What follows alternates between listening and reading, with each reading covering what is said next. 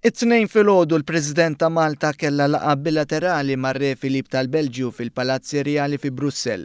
Il-President kol-Ewropea u r-Re Philippe tkellmu dwar l-aġenda magħżula minn Malta l-Presidenza tal-Kunsill tal-Unjoni Ewropea.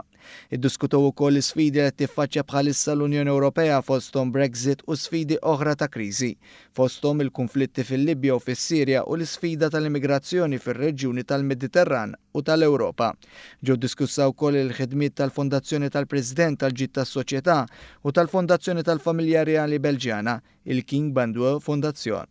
Kollaborazzjoni li mistennija tkun diskussa wkoll aktar mill-qrib fil-ġimgħat li ġejjin.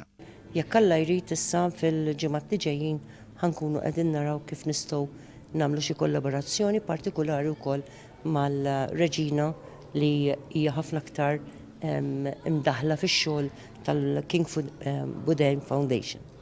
Il-President kol-Ewropea u r-Re Philippe ma naqsux milli jitkellmu dwar il-konferenza li se ssir f'Malta fl-aħħar ta' Jannar, organizzata minn Missing Children Europe flimkien mal-Fondazzjoni tal-President għal ġid tas-Soċjetà.